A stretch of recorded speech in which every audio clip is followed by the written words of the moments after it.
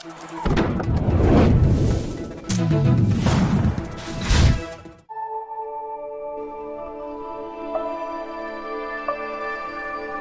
செய்திகள். புழலில் தந்தை 2 மகன்களுடன் விஷமருந்தி 3 தற்கொலை, போலீசார் விசாரணை.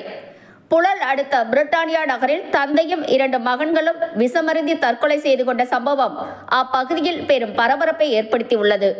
புழல் பிரிட்டானியா நகர் 10வது தெருவில் வசித்து வந்தவர் செல்வராஜ், வயது 57. இவர் டிரான்ஸ்போர்ட் தொழில் செய்து வந்தார். 2 வருடமாக வாடகை வீட்டில் வசித்து வந்த இவர்கள் அரியலூர் மாவட்டத்தை சேர்ந்தவர்கள்.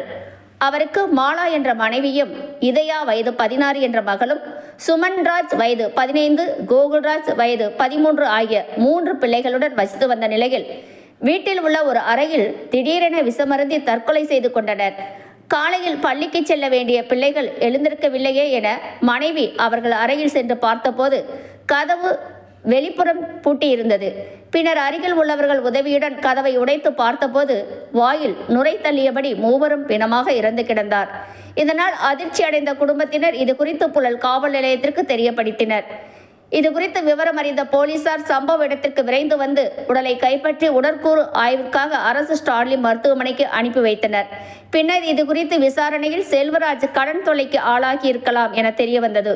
3 பேர் ஒரே வீட்டில் தற்கொலை செய்து கொண்ட காரணத்தினால் அப்பகுதியில் பெரும் சோகத்தை ஏற்படுத்தியது.